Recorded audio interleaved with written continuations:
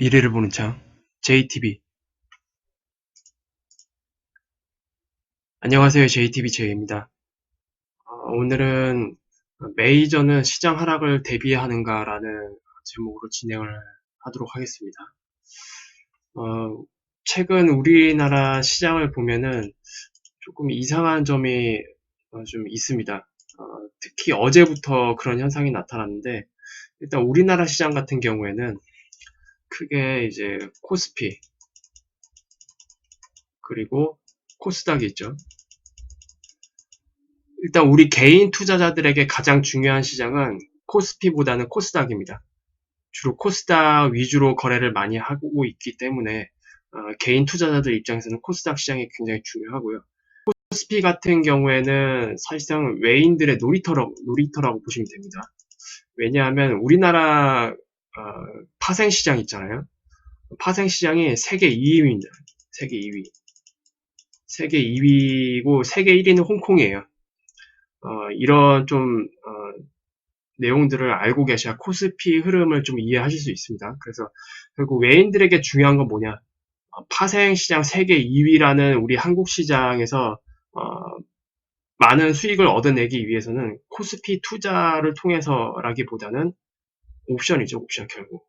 그래서 선물 시장과 옵션 시장, 이게 굉장히 중요합니다. 외인들 입장에서는.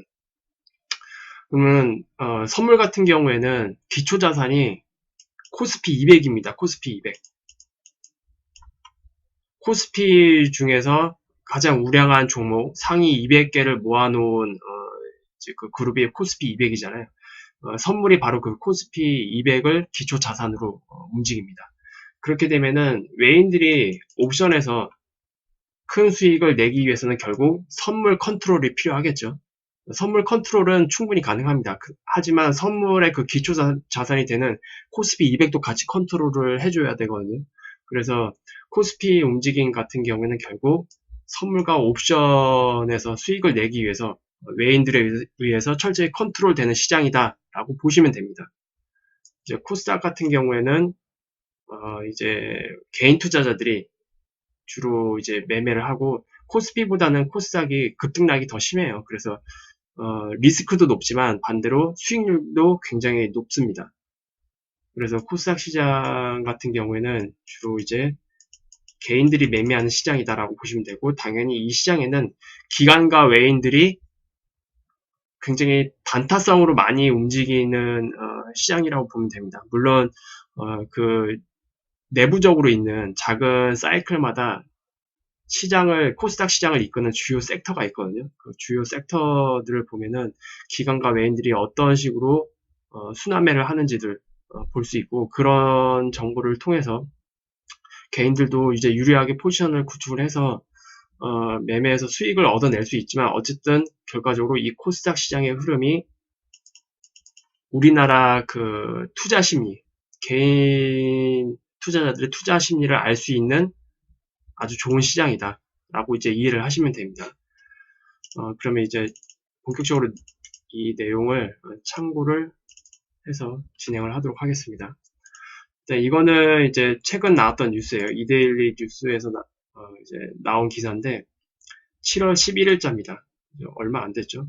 뭐 일주일 전 같은데, 지금 우리나라 시장에서 대처장구가 굉장히 다시 증가하기 시작했습니다. 일단 지난 10월에 대차장구가 굉장히 증가를 했었죠. 그리고 10월 말, 10월 30일까지 시장이 크게 하락을 했습니다. 우리나라 시장 기준으로 10월 말까지 크게 하락을 했고, 그 이후에도 1월까지 이제 여기서 반등이 소폭 나왔지만 1월까지 다시 시장 하락이 나왔던 그런 흐름을 보여줬었는데, 이건 잠깐만 그때 당시 시장을 볼게요. 이거는 코스닥 지수입니다. 10월 말부터 1차 반등이 나오고 다시 저점을 높이는 바닥이 나왔고, 선물 같은 경우에는 오히려 10월 말에 1차 바닥이 나왔지만 저점을 낮추는 바닥이 나왔습니다. 이런 시장 흐름이 있었다는 것을 이제 참고를 하시면 되고요. 이런 환경 속에서 대차장구가 그때 당시에도 큰 하락이 나오기 직전까지 대차장구가 굉장히 많이 증가를 했었어요. 그리고 그 이후에 시장 하락이 나오면서 대차 잔고가 이제 줄어들었다라는 거는 이때 늘어났던 이 대차 잔고, 빌렸던 이 주식을 공매도로 사용을 했다는 뜻이겠죠. 그리고 공매도를 이제 사용하면서 시장 하락이 나왔기 때문에 분명히 수익이 났을 겁니다. 공매도를 통해서. 그리고 다시 상환을 하는 지수가 이제 이때는 이제 반등을 하게 되는, 여기서 소폭 반등이 나오고 다시 하락을 했지만 어쨌든 이 구간에서는 이때 공매도했던 그 물량을 청산하는 모습을 보여주면서 대차 잔고도 함께 줄었습니다. 그리고 나서 1월부터 이제 본격적으로 이제 2월부터죠. 2월부터 조금씩 늘다가 5월 달부터 갑자기 확 늘어나기 시작했어요. 대차 잔고 이게. 그리고 지금 여전히 계속 늘어나고 있고 앞으로도 계속 늘어날 걸로 저는 예상을 하고 있습니다. 왜? 누적 공매도량이 계속 늘어나고 있어요. 지금 우리나라 특히 코스닥에서. 제가 저번 주에 한번 말씀을 드렸을 거예요. 코스닥이 지금 최근에 5월달 이후로 그러니까 무너질 때 제약과 바이오 쪽에서 코스닥 지수 하락을 견인을 했다고 제가 말씀을 드렸는데 지금 여기서 나오는 그 공매도, 누적 공매도량을 보면은 다 제약 바이오입니다. 그리고 이제 지금은 단기적으로 그 일본 수출 규제 관련으로 해서 수혜가 예상되는 종목 위주로 시장이 그나마 좀 버텨줬었거든요. 그리고 이런 종목들을 통해서 개인 투자자들도 수익을 냈습니다. 그런데 그 관련 종목들도 지금 공매도가 계속 발생이 되고 있어요. 어쨌든 이거는 이제 단기적인 이슈죠. 이런 수혜되는 수혜가 예상되는 종목들. 이런 것들은 그냥 이런 이슈에 의한 단기적인 시세일 뿐이고, 이 이후에 이 문제도 이제 장기화되면서 실제로 우리 산업에 타격이 있기 시작하면은 수혜를 입었던 종목들도 역시 다 하락할 것으로 저는 예상을 합니다. 어쨌든 반도체 시장에 악영향을 미친다는 것은 이 시장 자체가 다 안 좋은 모습을 보여줄 수 있거든요. 그래서 이런 것들을 다 감안을 한다면 지금 대차 잔고가 계속 늘어나고 있는 추세인데 이거는 시장 하락이 본격적으로 시작될 때 그 직전까지 계속 대차 잔고는 늘어날 것으로 예상이 됩니다. 그리고 누적 공매도도 이제 계속 늘어날 것으로 예상이 됩니다. 이 빌린 주식들을 이 대차 잔고가 늘어난다는 뜻이 무조건 이 내용들이 다 공매도를 뜻하는 건 아닙니다. 그냥 바로 상환을 할 수도 있어요. 그런데 지금의 시장 패턴 그리고 지수 위치를 봤을 때 늘어나고 있는 이 대차 잔고, 이것을 계속 상환을 하지 않고 계속 갱신을 하고 있거든요. 그렇다는 얘기는 시장이 하락할 때 이때 빌렸던 주식을 다 공매도로 사용할 가능성이 굉장히 높습니다. 요거는 제가 최근 그 흐름을 조금 살펴보면서 말씀을 드릴게요. 지금 여기 나와 있는 이거는 이제 코스닥입니다. 코스닥 기준으로 9월 30일, 그러니까 작년 이제 코스닥이 크게 하락할 때 그때 시점부터 현재까지 오늘 7월 17일이죠. 7월 17일까지 누적된 개인, 외국인, 기관, 금융투자 이렇게 4개의 주체별 누적 순매수 현황입니다. 보시면 알겠지만 지금 개인 투자자들 같은 경우에는 코스닥에 작년 말부터 해서 4조 7천억을 순매수한 상태고 외국인은 대략 8천억, 8,100억 정도 이제 매도를 한 상태. 기관 같은 경우는 2조 4천억을 매도한 상태입니다. 그리고 여기 밑에 보이시는 이제 선 차트인데 이 검은색 있잖아요. 이건 제가 뚜렷하게 보이도록 제가 이렇게 그어둘게요. 요거는 코스닥 지수입니다. 요거는 코스닥 지수예요. 그리고 여기 보이시는 거 주황색이 이제 개인 순매수 현황이에요. 지금 여기 가로로 가로질러가는 요 선 있잖아요. 요게 바로 요거는 좀 제대로 그어볼게요. 요게 기준 0입니다. 0. 10월 말부터 이제 지수 반등이 시작이 됐잖아요. 그때부터 개인 투자자들도 잘 들어왔어요. 이때 들어온 거는 잘 들어온 겁니다. 그리고 지수가 보시면 알겠지만 이렇게 지워졌으니까 다시 그어둘게요. 지수가 이런 형태로 흘러왔는데 개인 투자자들 같은 경우에는 이 시기에 바닥에서 정확히 잘 들어왔단 말이에요. 잘 들어오고 나서 이제 수익을 청산을 해야 되는데 수익을 청산을 하지 않고 누적 상황을 보면은 하락할 때도 계속 자금이 들어오는 걸 볼 수가 있어요. 이때 자금이 들어왔다는 얘기는 물타기를 했다라는 얘기겠죠. 물타기 한 개인 투자자들이 굉장히 많다라는 것을 조금 예상을 해볼 수가 있습니다. 반대로 기관 투자자들 볼게요. 코스닥 같은 경우는 기관이 좀 영향을 많이 미치거든요. 기관 투자자들 같은 경우에는 지수가 이렇게 반등이 나올 때 물량을 줄이는 걸 볼 수가 있어요. 이렇게 이 남색이 바로 기관 투자자들 거거든요. 이 남색. 지수가 이렇게 반등을 할 때 털어버리고 그리고 나서 또 다시 지수가 이렇게 반등하기 시작할 때 기관 투자자들은 물량을 다 털어버립니다. 이런 식으로. 그리고 나서 지수가 또 다시 반등이 나올 때 물량을 또 털어버려요. 그리고 이 하락이 이제 나오면서 본격적으로 물량을 다 털었는데 이 물량을 다 누가 가져갔냐? 개인 투자자들이 다 가져갔습니다. 그리고 외국인 투자자들 볼게요. 외국인 투자자 같은 경우도 이때 코스닥 지수가 이렇게 바닥을 이렇게 만들 때 그 이후에 자금이 들어오기 시작했습니다. 그리고 나서 이 반등 최고치 부근에서 다 팔아버렸어요. 이때 이 시점부터 이 노란색이 외국인이거든요. 이 시점부터 외국인의 그 매수 형태를 보면 다 매도입니다. 매도. 그리고 이 기준 마이너스 영역으로 지금 다 가버렸죠. 그래서 결국 지금 외인들과 기관 투자자들의 물량을 개인 투자자들이 다 받은 상태입니다. 그리고 오늘도 역시 1200억 정도 제가 마지막에 봤을 때는 1200억 정도 오늘 또 개인들이 매수한 것으로 보여지거든요. 최근 코스닥에서 매매를 해보신 분들은 알 겁니다. 특히 어제 무슨 일이 있었나요? 코스닥에서 어제 코스닥에서 아주 윗꼬리 잔치가 열렸습니다. 윗꼬리 잔치. 돌아가면서 종목들을 다 급등시킨 다음에 도로 다 빼버렸어요. 그래서 윗꼬리 달린 종목들이 굉장히 많이 출현했었습니다. 어제.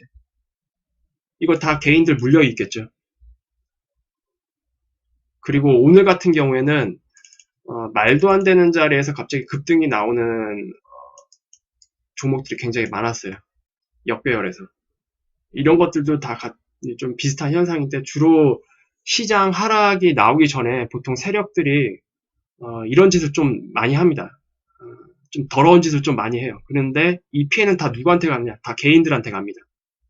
개인들한테 물량을 다 이제 정리를 하고 그리고 세력들 같은 경우에는 이제 공매도 포지션을 잡을 수 있는 그런 상황에 있는 세력들이 많기 때문에 이걸 또 역으로 또 이용해서 수익을 또 챙기겠죠. 그래서 결국 당하는 건 개인들이다 지금. 그리고 지금 지수 상태를 보면은 이거는 이제 차트로 보는 게 좀 더 나을 것 같네요. 이건 코스닥 지수입니다. 지금 여기서 이 상황에서도 개인 투자자들은 이제 계속 순매수, 외인과 기관들은 다 팔고 있고, 그리고 기관 같은 경우에는 계속 팔았습니다. 이때부터 지수 반등이 나올 때마다 더 적극적으로 팔았어요. 이런 패턴이 있었다는 것을 좀 참고를 하시고, 지금 코스닥 같은 경우에는 이제 전반적으로 큰 추세가 지금 하락 추세잖아요. 하락 추세고 이미 장기 이평들도 다 머리 위에 있습니다. 그래서 지금 장기 이평이 이제 이런 식으로 이제 꺾여서 이렇게 이제 내려올 가능성이 굉장히 높겠죠. 그리고 지금 일봉상인데 요거 지금 회색 보이시는 거는 480입니다. 480이라는 것은 대략 2년 평균 이동 평균선에 가까워요. 180이라는 건. 그리고 240 녹색이죠. 녹색. 요거는 이제 1년 이동 평균선에 가깝습니다. 이런 장기 이평들이 다 머리 위에 있고 그리고 지금 투심 자체를 보면은 좋을 수가 없어요.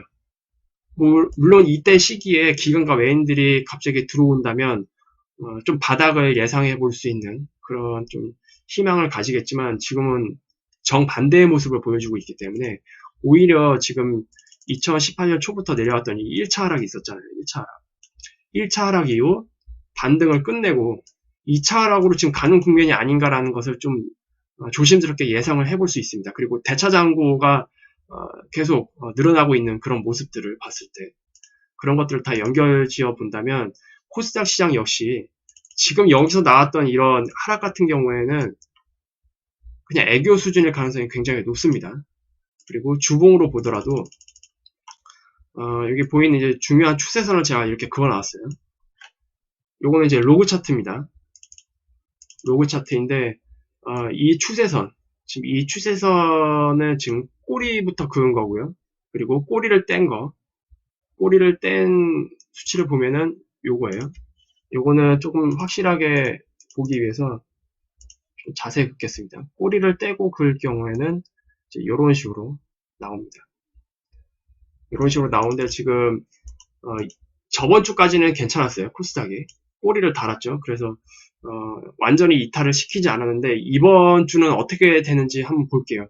만약에 이번 주까지 이것을 꼬리를 달지 않고 이대로 이탈된 상태로 끝나게 된다면 결국 이 자리까지 내려올 가능성이 굉장히 높아 보입니다.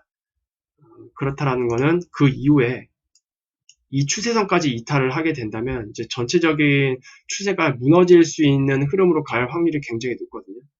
지금 요 평행한 이 추세 채널 같은 경우에는 버퍼라고 보시면 됩니다. 이 영역은. 이 영역까지 내려왔다가 꼬리를 달고 위로 올라가면 상관이 없어요. 하지만 이 버퍼 채널에 해당되는 이 채널까지 완전히 무너뜨리고 내려온다. 그러면 좀 문제가 달라집니다. 그래서 특히 코스닥에서 매매하시는 분들은 지금은 몸을 사려야 됩니다. 제가 저번 주까지는 단기적으로만 짧게 대응하시라고 제가 말씀을 드렸는데 어제 세력들 하는 짓거리 보니까 좋은 그 장밋빛 미래를 좀 예상해 보기가 좀 어려운 상태인 것 같아요. 냉정하게 봤을 때. 그리고 선물 시장에서도 역시 제가 예전에 이런 하락이 나올 때 물론 제가 방송을 이때 시작을 했고 좀 자세히 볼게요. 7월달 제가 7월달에 시작을 했었죠. 방송을 제가 7월달 이때쯤에 시작을 했었는데 제가 하락을 그때도 경고를 했었어요. 왜냐하면 이때 이전에 하락을 만들기 전에 여기서 최고점에서 이런 쌍봉 형태를 만들고 그리고 전체적인 이 넥라인을 이탈을 시켜 놓은 상태이기 때문에 그리고 여기는 크게 이런 헤드 숄더를 이렇게 만들어 놓은 상태였습니다. 그리고 이 중요한 이 라인을 무너뜨린 상태에서 제가 방송을 시작을 했었어요. 그래서 추가 하락이 이제 나올 위험이 있기 때문에 제가 이때부터 계속 경고를 해드렸고 실제 하락이 나왔죠. 그리고 2008년부터 시작이 됐던 지금 사이클의 이 중요한 추세선, 이 라인은 한 번에 무너뜨리기 힘들다. 그래서 여기서 이제 좀 반등을 예상해 볼 수 있는 그런 기대감을 제가 여러분들에게 말씀을 드렸고 이때 저점을 무너뜨리는 이때 상황에서도 반등이 끝났을 신호는 전혀 감지되지 않는다. 그래서 추가 반등이 나올 가능성을 계속 이때 말씀을 드렸습니다. 그리고 일봉상에서 이렇게 반등이 다 나올 때 아마 이때 시점이었을 거예요. 이때 조정이 이제 나올 거다. A파 반등이 끝난 것 같다. 물론 이때는 이런 불규칙 반등 이렇게 끝날 가능성도 같이 이제 내포하고 있었기 때문에 어쨌든 여기서 나왔던 이 반등은 끝났으니까 이제 조정이 나올 거다. 제가 미리 말씀을 드렸어요. 그리고 이때 다시 추가적인 이제 반등이 나올 때도 이때 시점에 하락이 나오기 전에 남들은 이 고점을 넘어서 뭐 추가 상승 2차 반등이 크게 나올 거다라고 예상하면서 막 달려들던 시기에 제가 미리 이때부터 조정이 나올 거다라고 제가 분명히 말씀을 드렸습니다. 지나고 나서 말하는 건 소용이 없죠. 하지만 저는 다 미리미리 다 말씀을 드렸어요. 그리고 이때 하락이 나올 때도 선물지수 기준으로 260 근처에서 바닥이 만들어질 거다 제가 분명히 미리 말씀을 드렸습니다. 그래서 실제로 260 근처에서 바닥이 만들어졌고 지금 반등이 나오는 과정인데, 반등이 나오는 과정에서도 280 근처에서 얼추 마무리 될 거다 제가 미리 말씀을 드렸어요. 그리고 어쨌든 280 근처, 281까지 갭상승으로 올라왔지만 바로 하락을 했었죠. 그래서 여기서 짧게 만들어진 반등 추세까지도 지금 다 무너진 상태인데, 추가 반등을 제가 예상을 해놓은 상태죠. 그래서 이것이 그대로 하락으로 가기보다는 여기서 이 하락에 대한 이렇게 추가 반등이 나오는 최소한 이런 흐름은 나와야 되지 않겠느냐 보고 있습니다. 하지만 제가 여태까지 이때 말씀드렸었던, 이때는 이제 단기적인 조정을 예상을 하고 제가 말씀을 드렸지만, 제가 추후에 이제 하락이 곧 시작될 겁니다 라고 말씀을 드릴 때는 좀 다릅니다. 좀 달라요. 이때처럼 뭐 이런 하락도 대단했지만 이런 하락이 아닐 수도 있어요. 굉장히 대단한 하락이 시작될 가능성도 있기 때문에 제가 곧 하락이 시작될 겁니다. 분명히 제가 미리 말씀드릴 거예요. 미리 말씀드리거나 하락이 시작되는 바로 초입 부분에 이제 하락 초입이 시작됐구나라고 제가 확실히 판단이 될 때 말씀을 드릴 겁니다. 말씀을 드릴 때는 전반적인 이 지수 흐름을 감안을 했을 때 단기 조정이 아닐 가능성이 있다는 것을 열어놓고 보셔야 됩니다. 단기 조정이 아니라는 것은 일단 이 저점을 깨고 내려갈 가능성을 염두에 둬야 된다는 뜻입니다.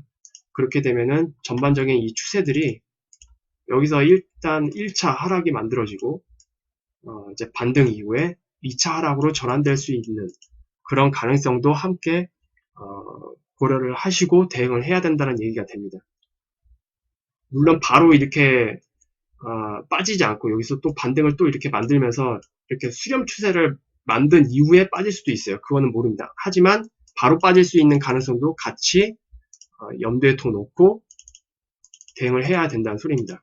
지금 코스닥 시장과 선물 상황이 좀 이렇고요. 그리고 지금 시장 상황도 좋은 모습이 아니기 때문에 뭐 대처 잔고도 계속 늘어나고 있고, 어쨌든 메이저 입장에서는 지금 시장 하락을 대비하기 위해서 자신들에게 유리한 포지션을 지금 계속 구축해 놓고 있는 상태입니다.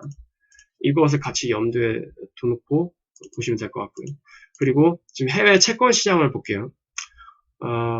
지금 이거는 이제 CCC 등급 포함 그 밑에 등급입니다. 그러니까 회사채 중에서 등급이 가장 낮은 굉장히 위험한 채권이라고 보시면 돼요. 이 채권과 국채와의 그 스프레드, 금리 차를 보면 5월 1일부터 다시 스프레드가 벌어지기 시작했습니다. 이게 가장 위험했을 때는 작년 말이었어요. 미국 시장에 크게 하락을 했었을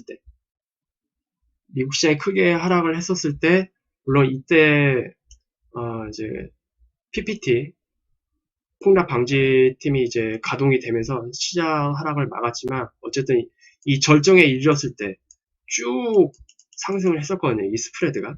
근데 다시 한번 지금 5월달 이후부터 상승하기 시작했습니다.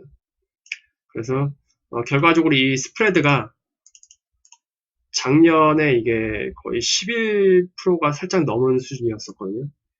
이 수치를 갱신을 하게 되는 흐름으로 가게 된다면 마찬가지로 채권 시장도 환경이 분위기가 확 달라질 가능성이 굉장히 높습니다. 그리고 이건 이제 스프레드고요. 이제 금리를 볼게요. 금리. 이 CCC 등급 이하의 그 금리를 보면은 마찬가지로 5월달부터 또 다시 늘어나고 있어요. 금리가 늘어난다는 얘기는 뭘까요? 금리가 늘어난다는 얘기는 이 CCC 등급 가장 위험한 이 회사채 시장에서 일단 자금들이 피신한다는 얘기입니다. 여기서 다 빠져나오기 시작했다는 뜻이에요. 그 뜻으로 이해를 하시면 됩니다.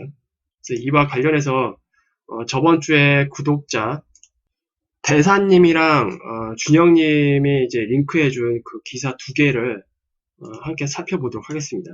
좀 방금 제가 보여드렸던 이 회사채 CCC 등급 이하 가장 위험한 그 회사채 시장의 그 흐름을 좀 참고를 하시고요. 파이낸셜 뉴스에 어떤 내용이 나왔냐면 세계 경제 위기 시그널로 미국 청원드 지금 팔아치고 있다. 지금 제가 방금 차트에서 보여드렸듯이 그 시장에서 자금이 이탈되는 그 흐름을 확인할 수 있었죠. 이 내용은 뭐냐? 결국 어쨌든 지금 회사채 구조가 지금 이 영역 CCC 이하 등급이 가장 위험한 채권이고, 그리고 그 다음으로 되어 있는 게 BB 등급, 그리고 그 가장 밑에 있는 게 이제 좀 안전하다고 생각되는 BBB 이상입니다. BBB 이상인데 어쨌든 가장 위험한 시장에서 일단 자금 이탈이 시작이 됐어요. 그리고 작년 말 고점이 이제 11.2% 정도 됐을 겁니다. 그 라인이 대충 한 이 정도 될 거예요. 이 정도 수치를 넘는다. 그러면은 이런 자금 이탈이 어디로 갈까요? 그 다음 바로 윗단계인 BB 등급 시장으로 옮겨 붙습니다. 그러면 이 시장에서도 자금 이탈이 되겠죠. BB 등급에서 이제 자금 이탈이 시작되면 또 어디로 옮겨 붙을까요? 적격 투자 등급으로 알려진 BBB 등급 이상, 이 시장에서도 그런 현상이 발생하겠죠. 그리고 특히 지금의 회사채 시장, 미국의 회사채 시장은 50%가 뭘로 구성이 되어 있다고 그랬죠? BBB입니다. BBB. 그리고 건드라크 그 자료를 제가 인용을 했을 때 BBB 등급 채권 중에서 실제 시장 하락이 발생하고 경기 침체가 본격적으로 이제 가동이 된다면 이 BBB 등급에서 추가적으로 등급 하락이 될 수 있는 비중이 이 중에서도 거의 50%에 이릅니다.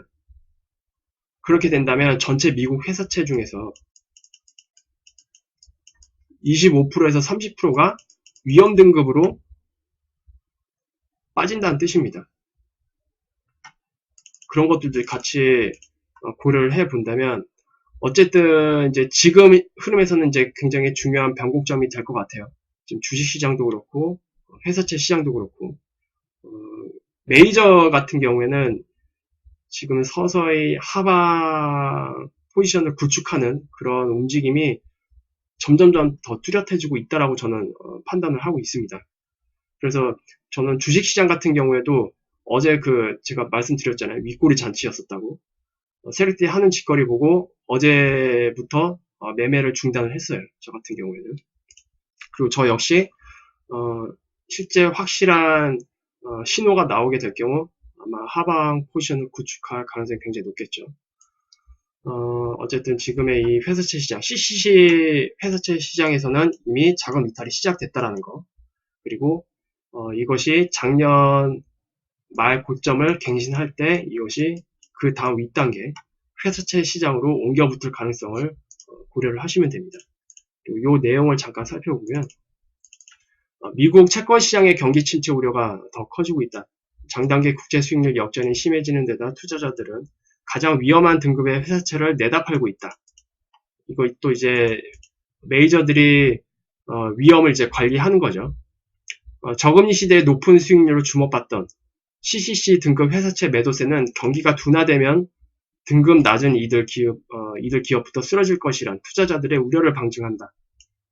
일부에서는 경기 침체로 해석하는 것을 경계하면서도 특정 회사채 매도가 연쇄 매도 방아쇠를 당길 수 있다는 점을 우려하고 있다. 제가 말씀드린 게 이거예요.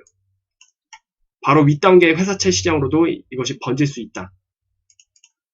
그런 것을 이제 얘기를 하는 겁니다. 그리고 월스트리트 저널은 12일 날 정크본드 가운데 가장 위험한 회사채인 CCC 등급 회사채 수익률이 급등하고 있다면서 이같이 보도했다. 같은 정크본드라도 신용등급이 좀 더 높은 BB 등급 회사채에 붙는 가상금리가 3월 이후 0.07포인트 하락한 것과 대조적으로 CCC 등급 회사채는 가상금리가 폭등했다. 미국 국채 대비 CCC 등급 회사채 간 수익률 격차, 이게 바로 제가 앞서 보여드렸던 이겁니다. 스프레드. 바로 CCC 등급 이하와 국채 간의 금리 차고요. 그것을 이제 얘기를 하는 겁니다. 요 스프레드는 포인트, 62%포인트 뛰었다. 미국 국채가 아닌 CCC 등급 회사채를 투자자들이 보유하도록 하려면 미국 국채보다 0.62%포인트 더 높은 수익률을 보장해야 가능해졌다는 것을 뜻한다. 이는 뉴욕 증시가 최근 사상 최고치를 갈아치우고 전 세계 채권 시장에서는 수익률에 목마른 투자자들이 투기 등급 회사채 매수를 늘리면서 시장을 화랑장세로 몰고 있는 것과 대조적이다. 이 같은 미국 채권 시장 흐름은 투자자들이 경기 침체를 우려하고 있음을 보여준다. 그리고 이제 준영님이 구독자 준영님이 공유해 주셨던 내용은 이겁니다.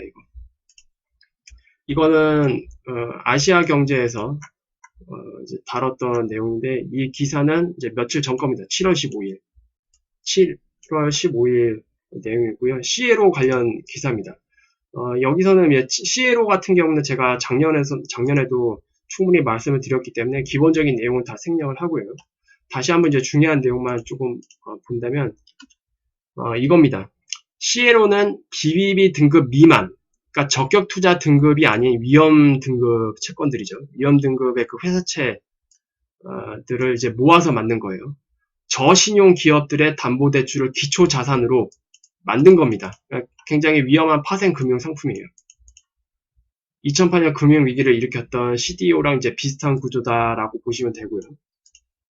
한은도, 한국은행도 CLO가 과거 CDO처럼 금융시장의 불안 요인으로 될 것이라고 우려를 했습니다. 이건 뭐 이미 예전부터 우려를 했던 거고요. 어쨌든 지금 상황을 보면은 CCC 등급에서 이미 자금 이탈이 시작이 됐고 이것이 이제 상위로 이제 언제 옮겨 붙느냐가 이제 관건이겠죠. 이 내용들을 보면은 지금 이 CLO 시장 자체가 굉장히 커졌단 말이죠. 지난 사이클과 다르게. 그래서 어쨌든 이런 것들이 문제가 된다면 결국 적격 투자 등급인 BBB 등급 이게 지금 회사채 전체 시장의 50%를 차지하고 있는데 이 중 상당 부분이 정크본드로 추락할 수가 있습니다. 정크본드 등급으로.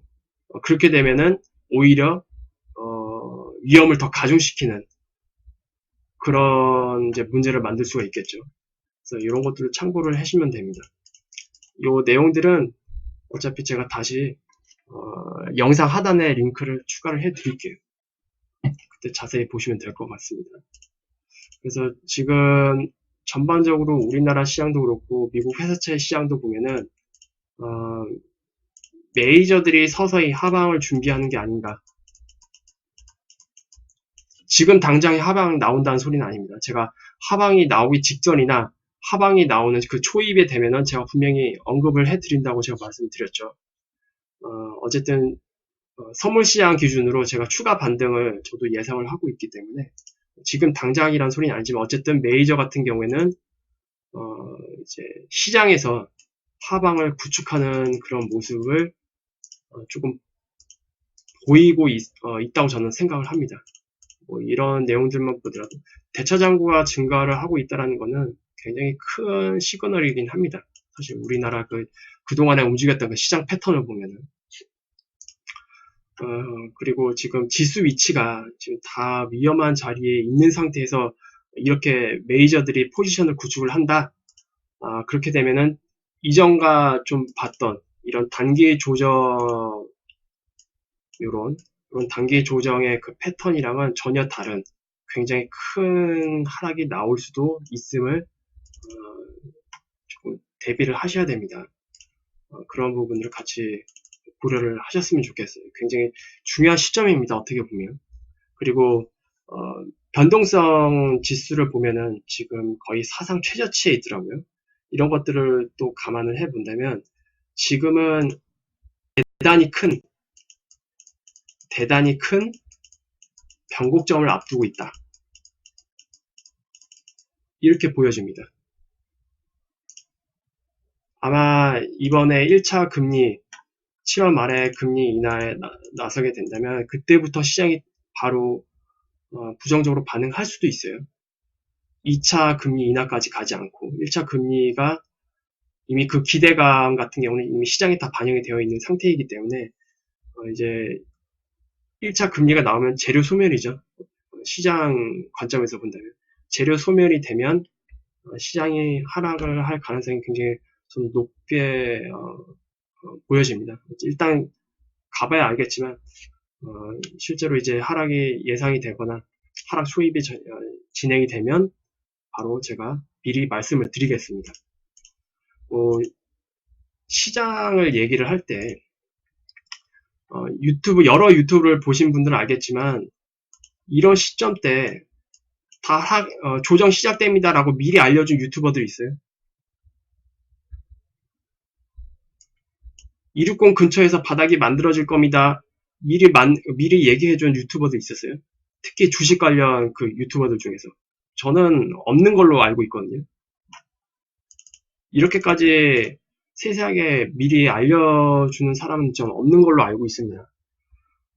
그리고 이때 반등이 나올 때도 280 근처에서는 이제 다시 조정이 시작될 거다라고 말한 유튜버도 거의 없는 걸로 알고 있어요. 제가 시장을 무조건 안 좋게 본다? 아닙니다. 저는 냉정하게 보고 있다고 저는 스스로 자부합니다. 그리고 경제를 보는 눈과 시장을 보는 눈은 달리 가져가야 하고, 그리고 사이클 후반에서는 이 두 관점 자체 사이에 시간차가 발생을 한다고 제가 분명히 말씀을 드렸어요. 그래서 이런 것들은 특히 사이클 정점에서는 분리해서 굉장히 잘 봐야 됩니다.